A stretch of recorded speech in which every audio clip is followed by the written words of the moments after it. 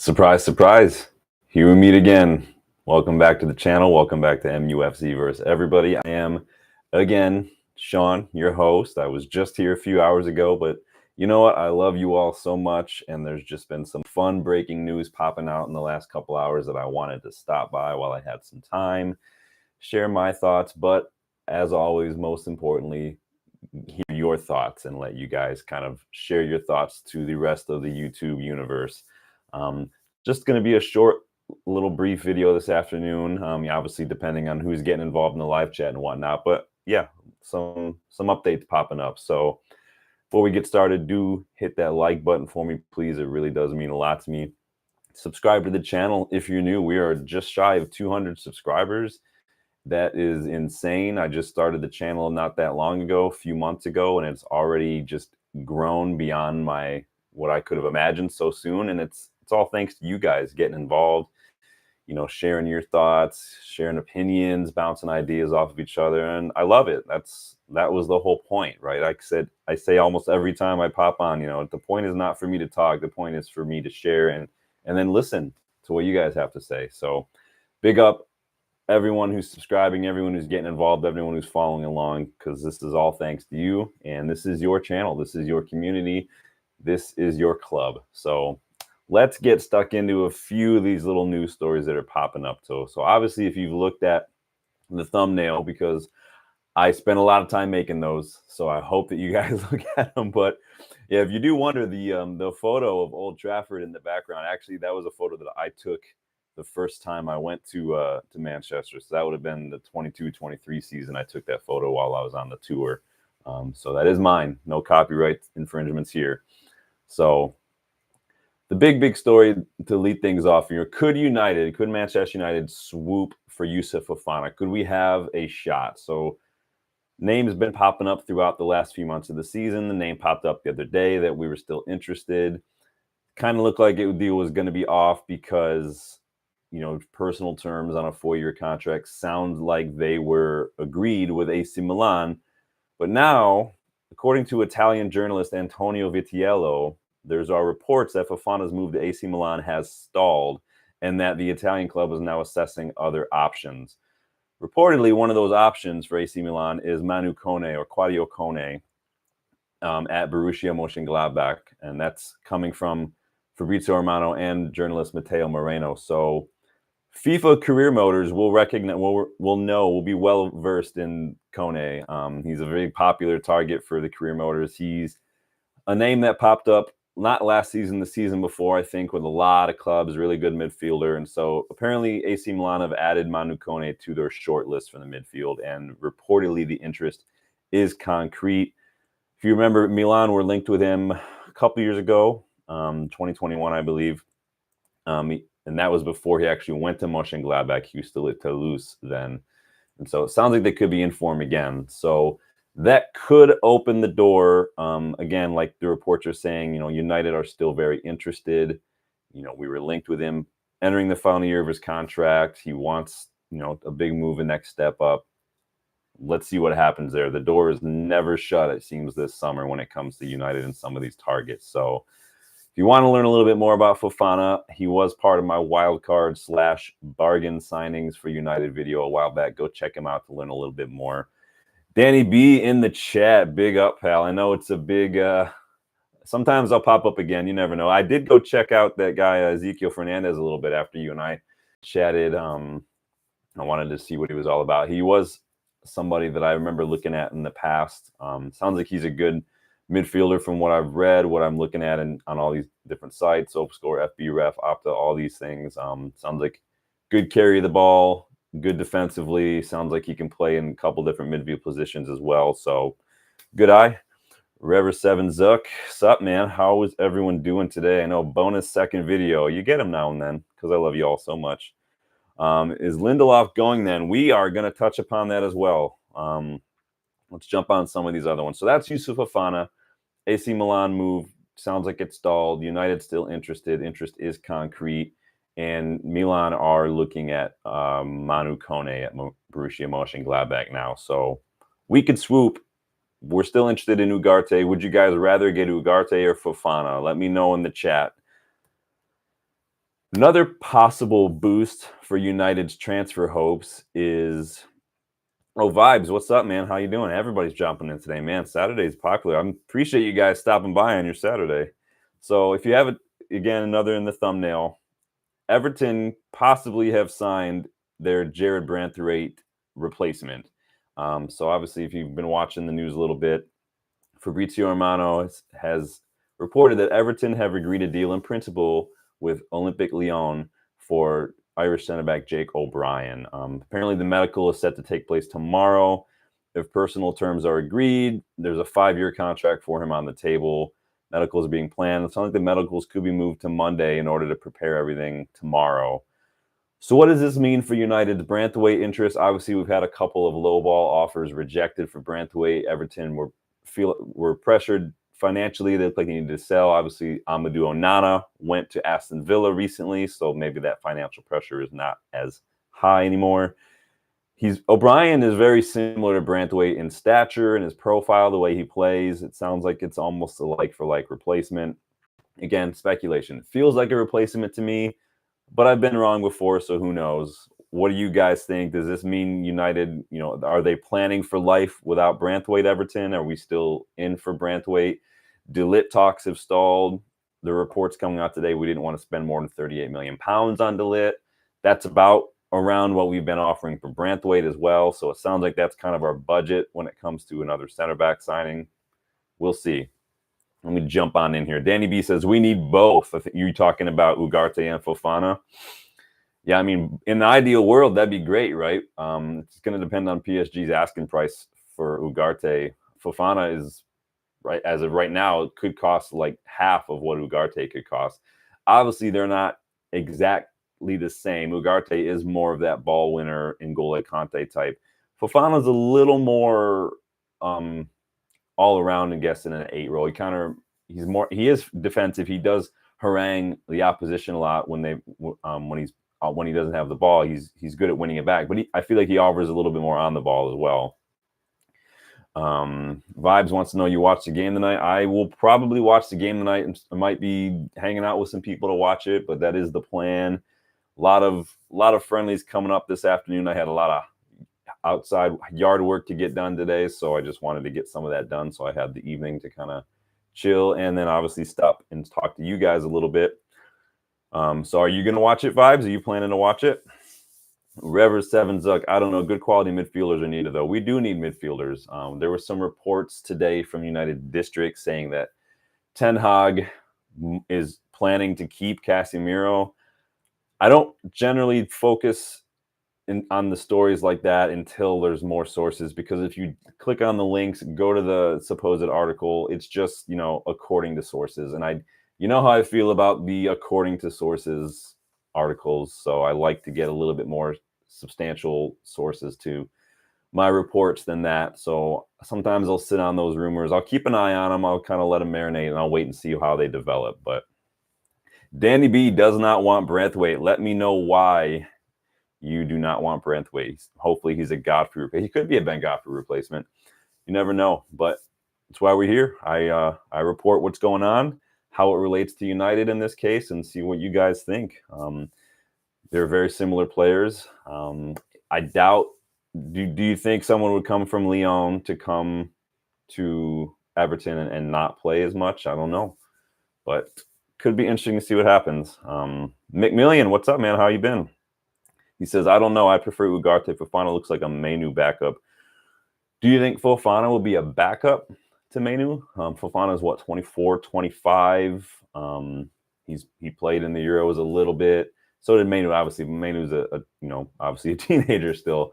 I don't know if Fofana would want to not go to Milan, where he'd probably start, to come and be a backup to Mainu. But rotation is always good to have. But I think I would hate for us to rely too much on Mainu right away. I know Mainu was very good, and obviously he was clearly a big part of our plans, but it's a lot of pressure to put on him. I think it looks like Mainu has a good head on his shoulders, but we'll see. But so McMillan thinks that, Fofana could be a backup maybe. Branthwaite got the profile, low wages compared to De Ligt, and low injury record compared to De Ligt as well. I'm not saying that I think Branthwaite is better than De Ligt when I say that. I'm just like I said, injury record when you compare them, DeLitte's knee injuries in the last couple seasons are a bit worrisome, but not everybody is as worried as I am, but it is what it is.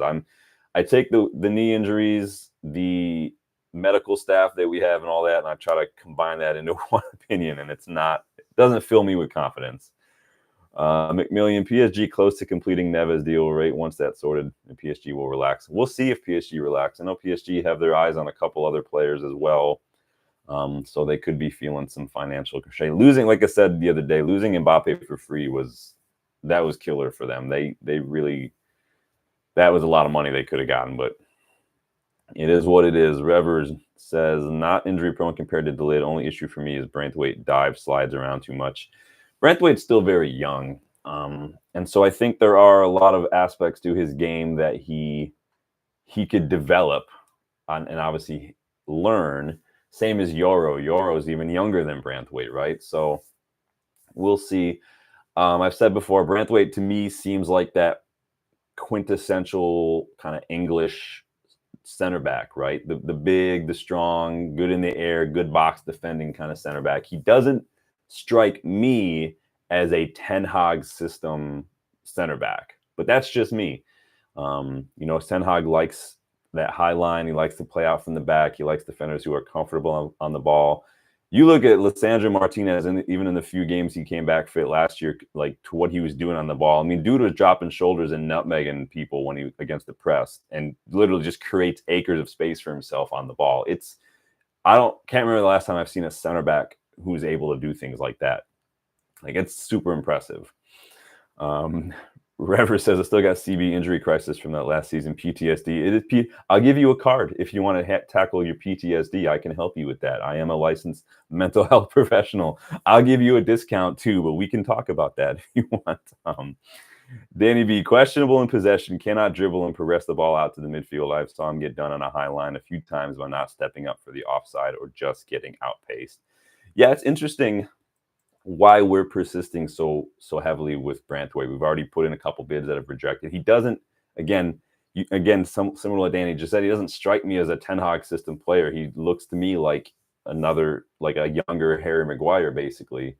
And so it's odd to me that we're pushing so heavily for that. Maybe that's an Ineos, like looking for English players kind of thing. I know maybe it's like a Mason Mount kind of thing. Want some young up-and-coming English players to come in. And I mean, we know that Sir Jim, before he officially kind of took charge, was focusing on, this English kind of core. We'll see. McMillan says, Branthwaite is the left-footed center back who's versatile and two-footed, can also play left back and right center back. Has he played left back, Branthwaite? I know a lot of people said he's left-footed, obviously, but that doesn't necessarily mean you play, left back necessarily. But I don't follow Everton as closely, so you let me know if he's playing left back. Only have 36-year-old Evans and Martinez left-footed CBs, and Erik ten Hag wants balance and wants a left-footed CB. Rever Sevenzuk, a new CB is required if Lindelof leaves. If you want homegrown Guehi I like Guehi a lot. I think that Guehi, I know we want to get some young players. I don't have a problem with identifying young up-and-coming players, but we can't have a whole squad full of players who are in need of development, who are in need of patience for a couple of years, who need to learn and fine-tune their craft. We need a mixture of these young players like a Mainu, like a Garnacho, but also these older players as well.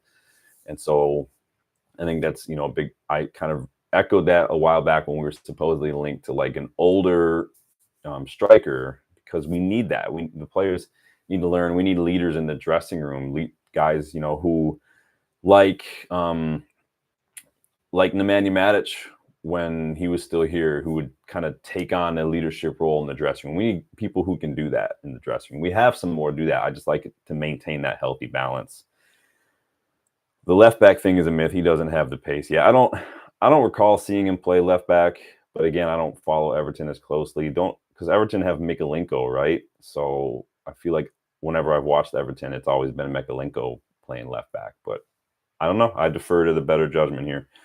Branthwaite isn't slow. I'm sure in a full-on sprint, kind of like McTominay, Branthwaite probably has pace. But I think there's a difference between being fast and being quick. When you're quick, you can accelerate a little better. There's a bit of explosiveness to it. You can kind of change direction a little better. In a full-on gallop, open pitch in front of you, Branthwaite's probably fast. He's got long legs. He's tall, but I think that maybe because I'm sure Harry Maguire will be fast in a sprint. Varane is probably fast in a sprint, but we didn't see that very often. And quite frankly, Varane was not a fast defender. And so, yeah, it sounds like a mixture here of mixed opinions on Branthwaite to United. I know we've been linked with him for a while. I did cover him a little bit in that video I did a while back on center back targets that I'd like us to look at. So I'll learn a little bit more about his profile there and what he offers. Rever says we need 5 CPs next season. Oh boy. Do you mean 5 new CBs or just 5 CBs total? Because like you're saying, yeah, there will be injuries. Manlu Tata, welcome back, man. We need right leaders, not Casemiro and Bruno Maguire, and all others present at the moment. Yeah, we need. I don't have a problem. I mean, Bruno is a leader. I think it's just there's leadership styles, right? And I think everybody has a preference on what they like leaders on the pitch to be. I think everybody has their own definition of what makes a good leader versus what's not a good leader and things. And I think it's hard. Everyone's got an opinion. I've seen moments of Bruno, like when he handed Rashford the spot kick to boost his confidence when Ethan Wheatley came on and Bruno was like, I have 9 minutes to get you a goal. Like those are, to me, leadership moments. And I think Bruno's passion and his high standards are in a way leadership because they set a standard. They challenge his teammates. He pushes people. I think that he is very emotional though. And I've not shied away from sharing my thoughts on that. So we will see. So we have some news on potential outgoings as well. Some of this isn't going to sound new, but there are some breaking developments a little bit. So this is coming from Turkish outlet Photomac, who we have talked about in the past when it came to this player. But this new report is reiterating some old news that Fenerbahce are interested in reuniting Victor Lindelof with Jose Mourinho. In fact, the latest rumor is now that Jose Mourinho is actively pursuing Lindelof at this point. Remember, Mourinho is the one who brought Lindelof to United from Benfica several years ago. And then, so James Ducker with Telegraph has actually added more substance to this. So apparently Victor Lindelof did not train yesterday with the rest of his teammates. And Ducker is speculating that United are perhaps taking some caution with his fitness right now due to the possibility of this transfer going through. Remember a few weeks ago, we did talk about these Fenerbahce links as well. So Victor Lindelof could very realistically be on his way out of United. Are you happy about that? Are you sad to see him go? Do you think we could use him? Would you keep Maguire over Lindelof? Would you prefer us to sell Maguire, keep Lindelof? Let me know your thoughts. Rever says Bruno takes a lot of stick, but he is a good captain for me. Danny me 10 million with 5 and add-ons wouldn't be bad. He only has a year. Yeah, he's not got long left. I like that we're trying to maybe be open to getting rid of some of these players. We've let far too many players go for free in the last several years. Herrera, Pogba, Martial, Varane, De Gea, all these guys are just contracts. And part of that is United are garbage when it comes to those kind of things. Part of that is this trend in the last 5, 6, 7 years of just players doing that. Players are just running down their Mbappe just did it. Like players are just running down their contracts now because like Rabiot's free right now. Mario Hermoso is free now after leaving Atletico Madrid. Like players are just doing this now because they'll keep collecting their wages. They'll probably still play for their clubs, and they'll probably get a signing bonus as a free agent as clubs vie for their signatures. So from a player perspective, it makes sense. It's just from a club perspective, it's just, I feel like when you have a player who's going into the final year or so of their contract, you need to make a decision before that and decide, do we want to renew this player? Or do we want to actively sell them? If you're actively going to sell them, just take what you can get. Like, it is what it is at that point. Rever says Maguire is better than Lindelof. With all respect, Lindelof is soft. Yeah, Lindelof had some promising moments. He was much better in a tackle and much better defending channels early on in his United career. It's just kind of fallen off a little bit. I don't know why that is. Maybe it's when we signed Maguire. I mean, they both played together for so long. We just kept buying new center backs, and so it's interesting. he's not a bad defender. It's just one of those things, kind of like Anthony, kind of like Sancho. It's just not, the league is just not a good fit for him. I don't know. But he could be going on his way to Turkey. So, and Fenerbahce have been, and Galatasaray too, have been pretty active in the window in the last several years. Galatasaray have pretty much stacked their side with a lot of these players that are just randomly like Hakim Ziyech is there now. They had that really good right back that ended up going to Bayern Munich.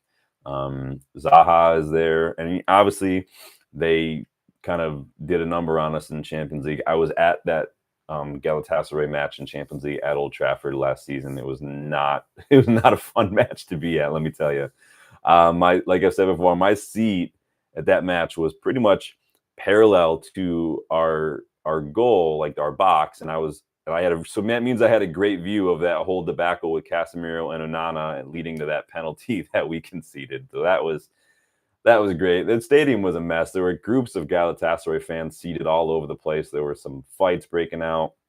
After the match, I got back to the hotel over in Salford Keys, and like groups of Galatasaray fans were just running around all night in the sidewalk, partying, being loud, could not sleep. And to top it all off, next day, heading to the airport, my cab driver is a huge Galatasaray fan, so I got to hear all about it again.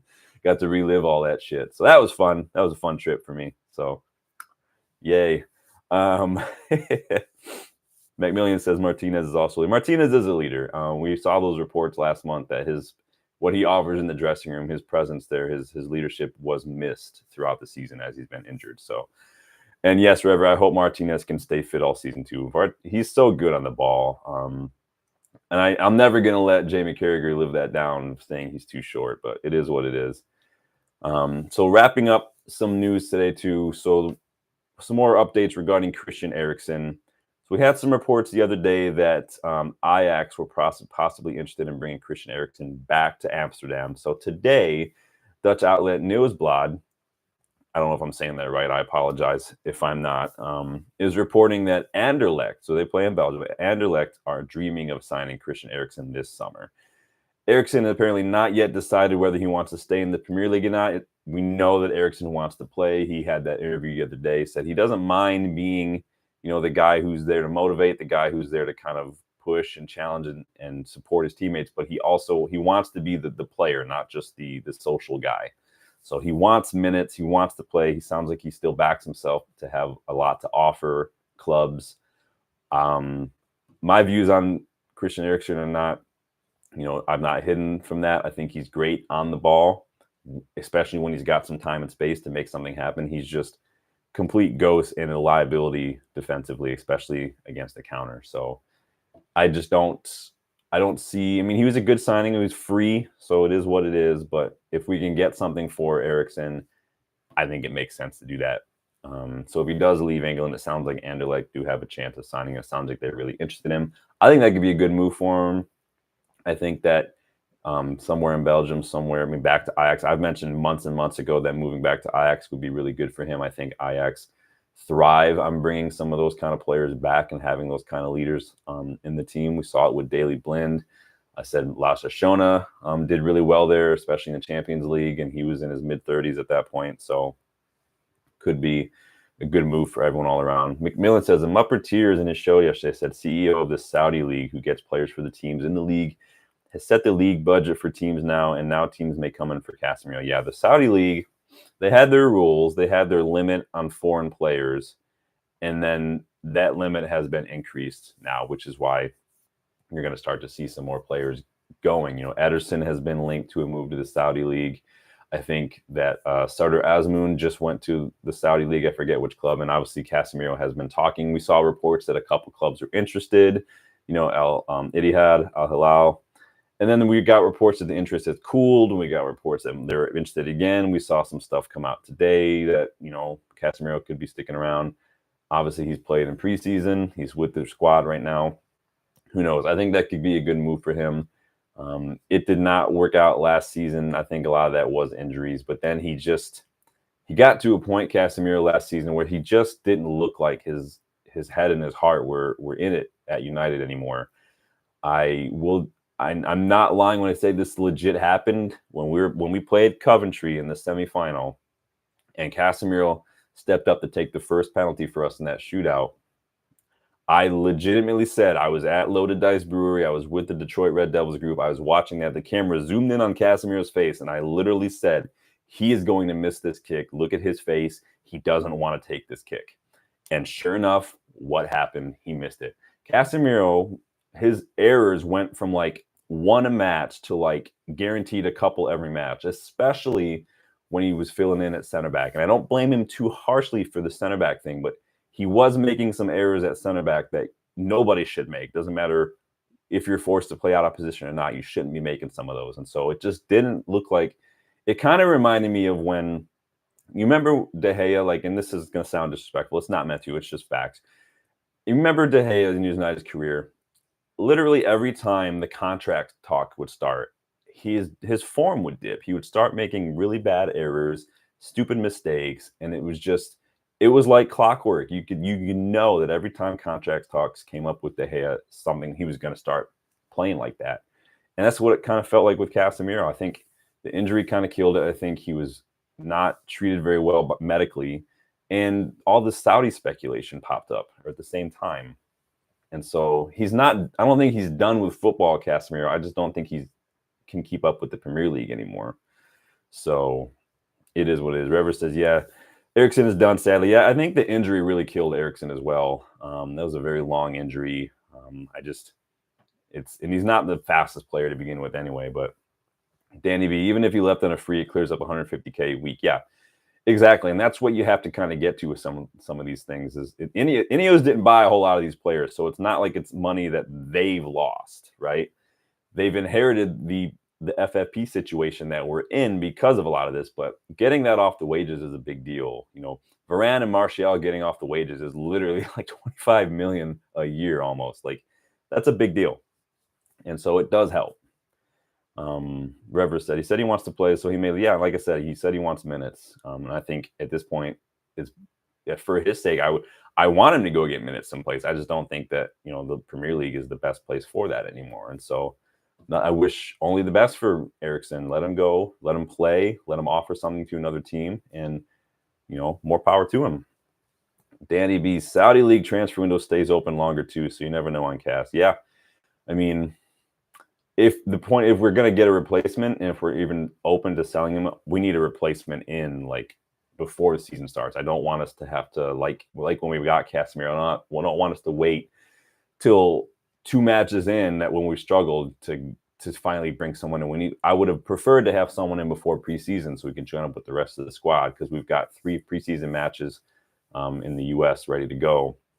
I like some of these players who were at the Euros, who were at Copa America. I like more new signings. I like them to get in, join the squad, get a little bit of minutes in. Unfortunately, I do think that one aspect of Ten Hag's management that I am a little critical of sometimes is his very cautious, conservative, almost to a legalistic stance on fitness and things like that and being up to speed. I get it to a certain extent, which is why I've hammered home time and time again the importance of signings joining for preseason. But I think that Ten Hag can go a little overboard sometimes with stuff like that. But that's just my opinion. You know, not everyone agrees. McMillian says Casemiro looks like he has lead in his legs. Casemiro was not a fast player, like not at all. And McMillian says he does look fitter in preseason now than he did last season.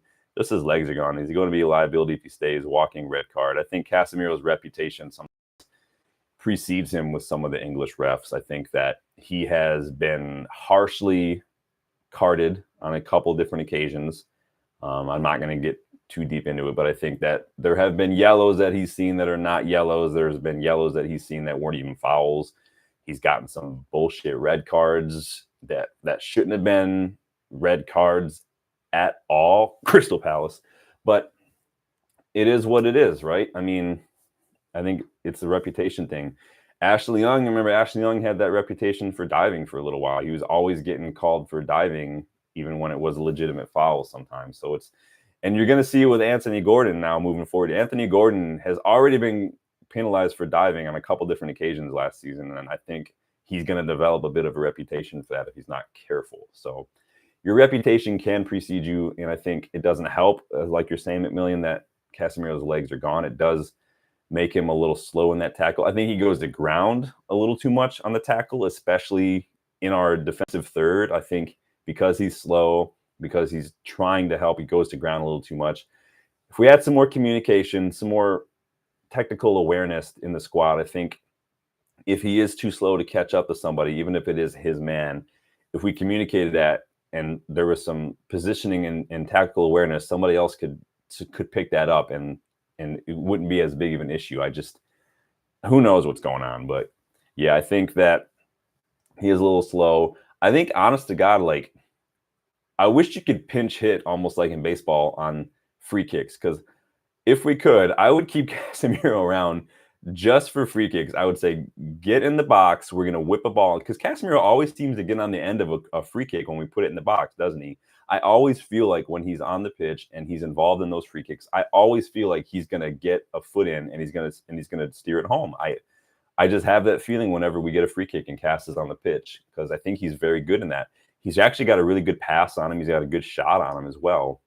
It's just defending, especially in that high line system, we're not seeing him excel anymore. And I think for so many years, he was so used to playing with guys like Modric and Toni Kroos that I think that's a hard mental habit, like a second nature way of playing to get out of, because you see him play these cross pitch passes time and time again, where in the past it's like you don't even have to think, I'm just going to play this ball and Toni Kroos or Modric are going to grab it. We don't have players like that. We don't play that way. And so he needs to get that out of his system too. And like Rever says, he's a good header. Like on set pieces, Casemiro is very good. I think he's very, very good, but we'll see what happens. Maybe, if he does stick around, maybe our new set piece coach can get him like deadly on these set pieces. He's already very effective. I think maybe he could be even better. Maybe we can get Harry Maguire scoring on set pieces. Maguire grabbed a couple of set piece goals late last season. That's what we thought we were going to get from him when we signed him. It didn't end up happening. He gets a lot of free headers. He just rarely puts them on target, unfortunately. So we will see what happens there. Rever says he's not worth his 300K. Casemiro we've talked about that a few times, and even Sir Jim has reportedly criticized that transfer. Not the player, but the transfer. A guy who's 30 on a long contract, on a high wages. Casemiro still has, what, three years left or so on his contract?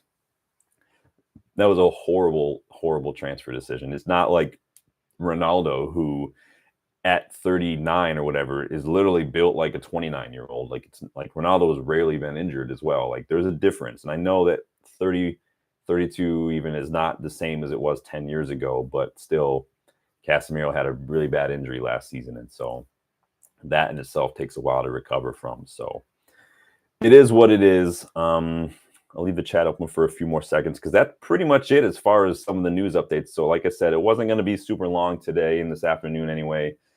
A lot of the stuff we talked about this morning, but did have some stuff pop up obviously today I wanted to get your thoughts on, because it could have ramifications for us. Milan, Youssouf Fofana deal stalling, Everton signing a new center back. Is that a Godfrey replacement like Danny B suggests? Is it a potential Branthwaite replacement? Does that put more pressure on Everton to maybe sell Branthwaite? Are we biding our time in there? Eriksson could be on his way out. Lindelof could be on his way out. We've talked about it a few times. We need to start moving on some more players. The only player we've really sold, like we've got Kambwala went for a little bit, and then Greenwood, and that's pretty much it. A couple of the players have gone for free. I'm not counting Donny van de Beek, because we're not going to see any of those bonuses till next season anyway, if they do end up happening. So it is what it is. But that is going to do it for me, you guys. I know kind of surprised everyone with a bonus afternoon video, but I did want to make sure I stopped by just to share my thoughts and get yours. So thank you, everyone who just clearly got the notification, clearly was following along and jumped in. Thanks, Danny, McMillan, Rever, and Rever Zook. Who else jumped in today? Manlu Tata, good to see you again as well, man. Thank you guys for stopping by today. Vibes, good to see you again. Were you guys planning on watching this match tonight? Got about 4 hours till kickoff. I'm gonna go ahead and chill a little bit, maybe walk the dogs one more time this afternoon before I go, and get some food, watch this game, and not read too much into it, right? Because it's preseason. But yeah, cheers, Danny. Cheers, you too, man. Thanks to you guys for stopping by. Thanks for your thoughts. If you aren't able to catch the live stream, leave a comment under the video after the fact. I'll always respond to all of them. McMillan says it's on at 2 a.m. here in South Africa, not watching. Yeah, because it's an 8 p.m. kickoff for me, so it's not too late. So it's not too bad. But like the video if you haven't yet. Subscribe to the channel if you are new, and go follow me on Twitter, MUFC versus everybody. I'm going to leave it there, guys. Enjoy the match if you're watching it. Enjoy the rest of your Saturday, and I will see you guys on the next one. Take it easy.